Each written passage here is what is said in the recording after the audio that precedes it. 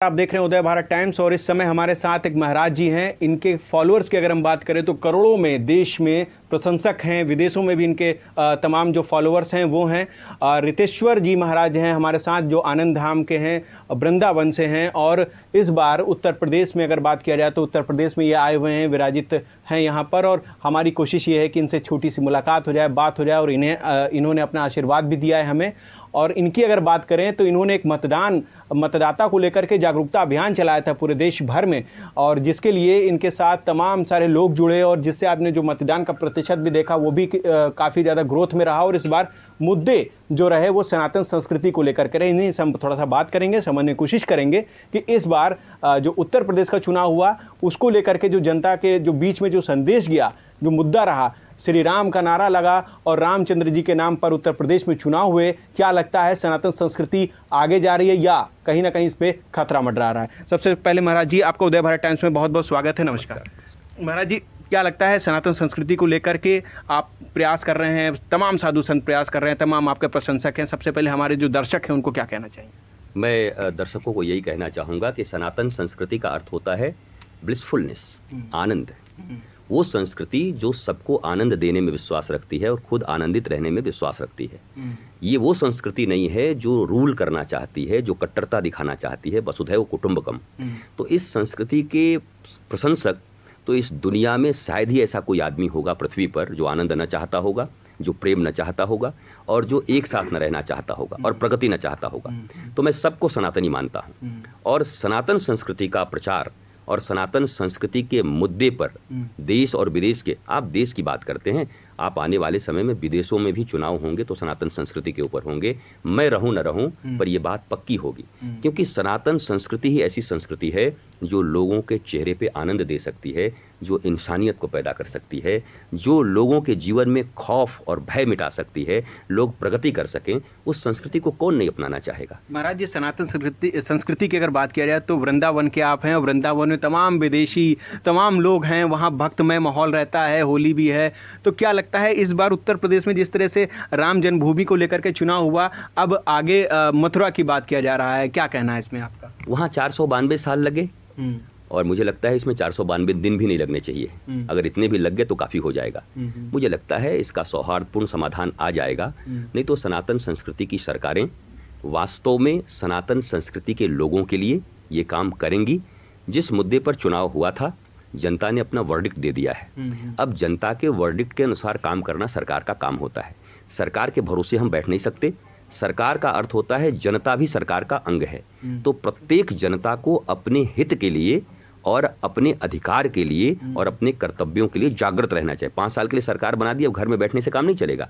5 साल आपको जागृति रखनी पड़ेगी, सरकार से संवाद करने होंगे, सरकार की अच्छी नीतियों में कदम से कदम मिला के चलना होगा। और आपको लगता है कि सरकार की कोई नीति आपको अच्छी नहीं लगती तो उसका विरोध भी करना होगा। यही लोकतंत्र है, लोकतंत्र की यही खूबसूरती है। जहां आपके अनुसार काम हो रहा हो, राष्ट्र के अनुसार काम हो रहा हो, सर्वजन हिताय का काम हो रहा हो, हमारा समर्थन है। आपको लगे कि राष्ट्र के विरुद्ध है, आप उसके विरोध में उतर जाते हैं। विरोध करना भी चाहिए।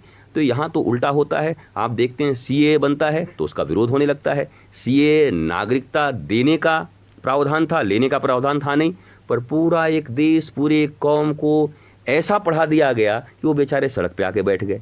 अब पता नहीं उनको किसने पढ़ाया था कि तुम्हारी नागरिकता जा नहीं रही, तुम्हारी नागरिकता जा नहीं रही। पाकिस्तान में जो 23% हिंदू थे, 22% को आकाश ने निगल लिया, धरती खा गई थी। तो जो 1% बचे थे उनकी सुरक्षा की बात की जा रही थी कि उनको बचा लिया जाए, क्योंकि पाकिस्तान में धरती ही तो निकली होगी, नहीं तो गए कहाँ वो लोग? सही कह रहे हैं। ये इस बात पर ये प्रतिशत कम हो गया उनका। तो जो बचे हुए हिंदू थे, बौद्ध थे, पारसी थे, जैन थे, उनके संरक्षण के लिए भारत की सनातन सरकार ने ये कदम उठाया, राष्ट्रवादी सरकार ने कदम उठाया। और आप जानते हैं किसी भी जाति प्रजाति को बचाना, आप देखते हैं पशुओं की प्रजाति बचाई जा रही है, बाघों को बचाया जा रहा है, क्या इंसानों को न बचाओगे? क्या वो सिर्फ इसलिए मार दिए जाएंगे कि हिंदू हैं, पारसी हैं, जैन हैं, किसी एक मत को मानते हैं? उनको बचाने के लिए सीए लाया गया। अब उस सीए का इतना विरोध हुआ। मैं तो कभी कभी बहुत आश्चर्यचकित होता हूं कि लोग साधु संत को कहते हैं अनपढ़ गवार, पर मैं तो मतलब एकेडमिक क्वालिफिकेशन काफ़ी लिया हुआ हूं। मैंने ऑनर्स किए हुए हैं जियोलॉजी से, मैं मैथ्स, केमिस्ट्री, फिजिक्स, इनका प्रकांड मैं विद्वान ही अपने आप को मानता हूँ। तो मैंने देखा कि पढ़े लिखे लोग और इतनी साधारण बात को न समझ पाए, इसका अर्थ है नियत ठीक नहीं है। मुझे अब समझ में आता है। आप जानते तो सब हैं, मगर वो नियत ठीक नहीं है जिससे आप और प्रोपेगेंडा फैला सकें और लोगों में विरोधाभास गलत प्रोपेगेंडा आपने किया कि आपका अधिकार छीन लिया जाएगा। और बड़े बड़े लोग, बैरिस्टर असदुद्दीन ओवैसी तक ने कह डाला आपकी नागरिकता छीन लिए जाएंगे। अरे आप तो बैरिस्टर हो महाराज, आप क्यों झूठ बोलते हो?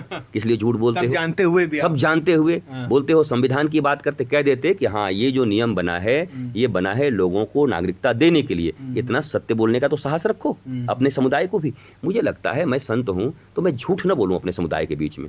सत्य का साथ पकड़ के रहना चाहिए और सत्य का सदा प्रचार और प्रकाश करते रहना चाहिए। मैं इस चीज में विश्वास रखता हूं और सत्य के आधार पर ही मनुष्य आनंदित, प्रसन्न और खुश रह सकता है, राष्ट्र उन्नति कर सकता है, राज्य की उन्नति हो सकती है। महाराज जी, आपने मतदाता जागरूकता अभियान चलाया, आप गए, आप तमाम 5 राज्यों में आपने जो है लोगों के बीच में जागरूकता फैलाई। इस दरमियान विपक्ष की बात किया जाए, तमाम विपक्ष के नेता भी आए आपके दर्शन करने, बड़े बड़े लोग, बड़े बड़े नेता आए आपके दर्शन करने। क्या लगता है इन लोग आपकी जो बातें हैं उससे संतुष्ट हो पाते होंगे?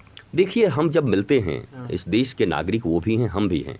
मैं साधु हो गया, वो लीडर हो गए, कोई डॉक्टर हो गया, कोई प्रीचर हो गया, कोई टीचर हो गया, कोई बैरिस्टर हो गया, पर हैं तो इस देश के नागरिक। तो हमारा मिलन होते रहना चाहिए। और मुझे ऐसा लगता है कि संवाद का स्थान सनातन संस्कृति में ही है। बाकी जगह तो संवाद किए नहीं जाते, बाकी जगह तो सीधा फिर निर्णय किया जाता है, कट्टरता दिखा दी जाती है। संवाद सिर्फ सनातन संस्कृति में है। तो जब हम मिलते हैं तो हम देश पर चर्चा करते हैं, हम आध्यात्म पर चर्चा करते हैं, हम सामाजिक व्यवस्था पर चर्चा करते हैं। और जब भी मिलते हैं तो बोले जाति पाति कैसे हटेगी, तो उस पर चर्चा करते हैं। कैसे संस्कृति का विकास होगा कि हम विदेशियों का नकल न करके अपने देश की तरह चलें, तो उस पर सहमत होते हैं। वहाँ बिल्कुल ऐसा होना चाहिए। अब आप मुझे किसी दल का एजेंट कह दो, या अगर रास्ते पर मिलते हुए मैं उनके परिवार का मंगल चाहता हूं, मैं चाहता हूं कि वो भी राष्ट्रवाद की विचारधारा में आगे आएं। कहीं कोई विवाद की संभावना हो तो हम मिनिमम कॉमन मिनिमम प्रोग्राम बना लें कि कम से कम राष्ट्र की संस्कृति पर बात करें, सैनिक को बुलेट प्रूफ जैकेट मिले, इस पर सारे दल के लोग खड़े होकर के बात करें। तो कॉमन मिनिमम प्रोग्राम के तहत पूरे राष्ट्र को एक होना चाहिए और इसके तहत मुलाकात होती है। अगर मुलाकात मुझे विपक्ष के किसी नेता से होती है तो पक्ष के नेता को मुझे विरोधी नहीं मानना चाहिए कि मेरे विरोधी हैं। और जब मैं राष्ट्र के पक्ष में पक्ष के नेता से मिलता हूं, मुख्यमंत्री से मिलता हूं, प्रधानमंत्री से मेरी मुलाकात हो जाए, गृहमंत्री से मेरी मुलाकात हो जाए, तब आप मुझे पार्टियों के रूप में न देखें, बल्कि देखें कि इस देश के एक नागरिक जो संत भी हैं, अपने देश में सनातन संस्कृति, सबके आनंद और सबके विकास के लिए सरकार से मिलने गए हैं। और सबके आनंद और सबके विकास के लिए वो जो नीतियों को न समझ पा रहे हैं विपक्ष के वो बड़े बड़े नेता, शायद मैं उनको समझाने भी जाता हूँगा कि क्या ये आप ऐसा कर सकते हैं, ऐसा करने से सबको आनंद मिलेगा। बाकी निर्णय तो उनको करना है, लेकिन मुझे अपनी बातों को सबके सामने कह देना जरूरी है। और वो अगर मुझे प्रेम करते हैं, वो मेरे पास अगर आते हैं, तो क्या उनका स्वीकार करना अनुचित है? क्या वो मेरे पास नहीं आ सकते? मैं विपक्ष के बहुत ऐसे बड़े बड़े नेता हैं, जब मेरे पास बैठे, एक इतने बड़े नेता है, मैं नाम नहीं लूंगा, बैठने लगे तो उनको कोई सोफा दिया तो उन्होंने कहा, अरे गुरुजी के सामने सोफा पर नहीं बैठते, मुझे इनसे नीचे आसन दो। वो बहुत बड़े नेता हैं, उनको लोग बहुत अहंकारी कहते हैं, और वो नीचे बैठे। तो क्या उनके इस गुण की प्रशंसा नहीं होनी चाहिए? हर व्यक्ति के अंदर गुण भी होता है, दुर्गुण भी होते हैं। लेकिन एक बात मैं जरूर कहूंगा, महाभारत को देखिए तो भीष्म पितामह से ज्यादा भगवान कृष्ण का कोई भक्त था नहीं, लेकिन अपने वचन से बंध गए और दुर्योधन के पक्ष में खड़े हो गए, और खड़े हो गए धृतराष्ट्र के पक्ष में, और फिर जो महाभारत हुआ और फिर उनकी मृत्यु भी हुई। मेरा ऐसा मानना है कि राष्ट्रवाद और सनातन संस्कृति की विचारधारा के पक्ष में खड़े हुए लोग ही अपने हैं, और उनके साथ ही आपको खड़ा होना चाहिए। व्यक्ति का व्यक्तित्व तो अच्छा हो, पर किसी दूसरे पक्ष में खड़े हो जाएं जिससे राष्ट्र का नुकसान हो, तो संवाद के द्वारा उनको समझाना चाहिए। भगवान कृष्ण भी सबको समझाते थे कि भाई देखो महाभारत का युद्ध है, इधर आ जाओ, ये ठीक नहीं है। तो संत को, लोगों को, पत्रकारों को, नेताओं को, टीचरों को, सबको प्रयास करना चाहिए कि हम सब धीरे धीरे राष्ट्रवाद के झंडे के नीचे आ जाएं, हम सब सनातन संस्कृति के झंडे के नीचे आ जाएं। जाति पाति मिटाकर सबको समान शिक्षा, निःशुल्क शिक्षा, समान चिकित्सा, निःशुल्क चिकित्सा, समान न्याय और अविलंब न्याय दिलवाने में सारे विरोधी विपक्षी पक्ष एक होकर के जनता के लिए इतना काम तो कर ही सकते हैं। मैं एक साधु के रूप में कर रहा हूँ। महाराज जी, आपने राष्ट्रवाद की बात बहुत ही निडरता से सामने रखी। अंत में एक आखिरी सवाल हमारा ये रहेगा कि जो इस समय एक फ़िल्म लगी है कश्मीर के मुद्दे पर लगी है और इसमें दर्शाया गया है कि जैसे कश्मीरी पंडितों का जिस तरह से पलायन हुआ, वो तमाम बातों को एक कहानी के रूप में पिरोया गया है। इसका बड़ा विरोध भी अगर देखा जाए तो लोग कर नहीं पा रहे हैं, क्योंकि बड़े इंटेलेक्चुअल लोग हैं, उसका प्रचार प्रसार नहीं कर पाए। और ये फिल्म कोशिश की जा रही है, जो लोग हैं बहुत लोग जा रहे हैं, देख रहे हैं। क्या लगता है, इसको टैक्स फ्री करना चाहिए? सरकार को आप क्या कहना चाहेंगे और अपनी तरफ से आपका क्या राय होगा? बस सच को सच कहना इंसान का पहला धर्म होना चाहिए। इस देश का कोई एक ऐसा व्यक्ति खोज के ले आइए कैमरे पर जो ये कह दे कि आज के 30-32 साल पहले कश्मीरियों के साथ अन्याय नहीं हुआ। रातों रात उनके छोटे छोटे बच्चों को मार दिया गया, बहु बेटियों की इज्जत लूट ली गई, अपने लाखों करोड़ों की संपत्ति छोड़कर उन्हें भागना पड़ा। इस बात से कौन इनकार कर सकता है? इस बात को स्वीकार कौन लोग नहीं करते? मैं तो देखता हूँ विपक्षी लोग भी कहते हैं कि कश्मीरी पंडितों के प्रति जो अपराध हुआ है और उनका विस्थापन हुआ है, उनका पुनर्स्थापन होना चाहिए। लेकिन विस्थापन जो हुआ, जिस कारण से हुआ, अगर फिल्म होती है समाज का दर्पण, फिल्म होती है राष्ट्र का दर्पण, जैसा राष्ट्र है वैसा दिखा देती है। लेकिन बॉलीवुड तो पहले ऐसा दिखाई नहीं। बॉलीवुड में बहुत सारी गड़बड़ी झोलमाल रहा पहले, लेकिन अब बॉलीवुड ठीक हो रही है। बॉलीवुड सनातन संस्कृति को दिखा रही है। पृथ्वीराज चौहान जैसे पिक्चर बन रहे हैं यहाँ पर, अब शिवाजी के पिक्चर बन रहे हैं। पहले भी बनती थी पर उनको सी ग्रेड का पिक्चर बोला जाता था। कोई भक्त के ऊपर पिक्चर है तो सी ग्रेड का पिक्चर है, डी ग्रेड का पिक्चर है। अब ए ग्रेड की पिक्चर है। भगवा के ऊपर जो पिक्चर बनेगी वो ए ग्रेड की होगी।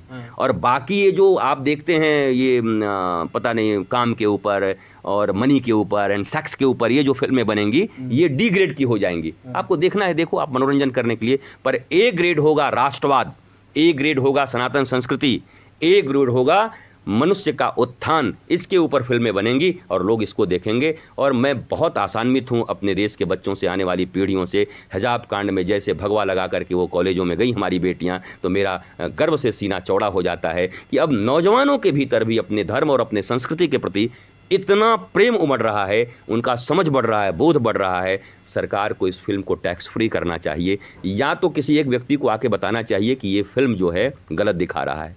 मुझे लगता है सभी सहमत हैं कि ऐसा ही हुआ था, तो टैक्स फ्री करें, सबको दिखाएं, ताकि भविष्य में कोई स्थान दोबारा कश्मीर न बनने पाए। और किसी कश्मीर के उन व्यक्तियों को जो केसर की क्यारियों में आनंद के साथ रहते थे, रातों रात अपने बच्चों को गवाकर, बहु बेटियों को गवाकर, और दिल्ली के किनारे, नालियों के किनारे, बड़े बड़े नालों के किनारे प्लास्टिक के कैंप में न रहना पड़े, ऐसी स्थिति दोबारा इस देश में न आए। इसलिए इस फिल्म को सबको देखना चाहिए। मैं स्वयं जाने वाला हूँ, हॉल बुक करने वाला हूँ अपने शिष्यों के साथ, और इस फिल्म को देखने वाला हूँ। तो ये सदगुरु श्री रितेश्वर महाराज जी थे, और इनका कहना था कि भाई इस फिल्म को लेकर के मैं अपने तमाम भक्तों, बच्चों के साथ जाऊंगा ये फिल्म देखने। और देश में अगर बात किया जाए तो देश हित में राष्ट्रवाद जो मुद्दा है वो हावी होना चाहिए। हमेशा राष्ट्र की बात करनी चाहिए, हमेशा हमारे सनातन धर्म को लेकर के आगे आना चाहिए। तमाम जो करोड़ों जो दर्शक हैं, जो करोड़ों इनके फॉलोअर्स हैं, उन तक इनका जो संदेश हमारा जाने का छोटा सा प्रयास रहा, उसके लिए महाराज जी का भी बहुत बहुत धन्यवाद। और आशा है आप तमाम लोग इस वीडियो को देखेंगे और नीचे कमेंट जरूर करेंगे, कोई भी राय सुझाव मशवरा देना हो तो।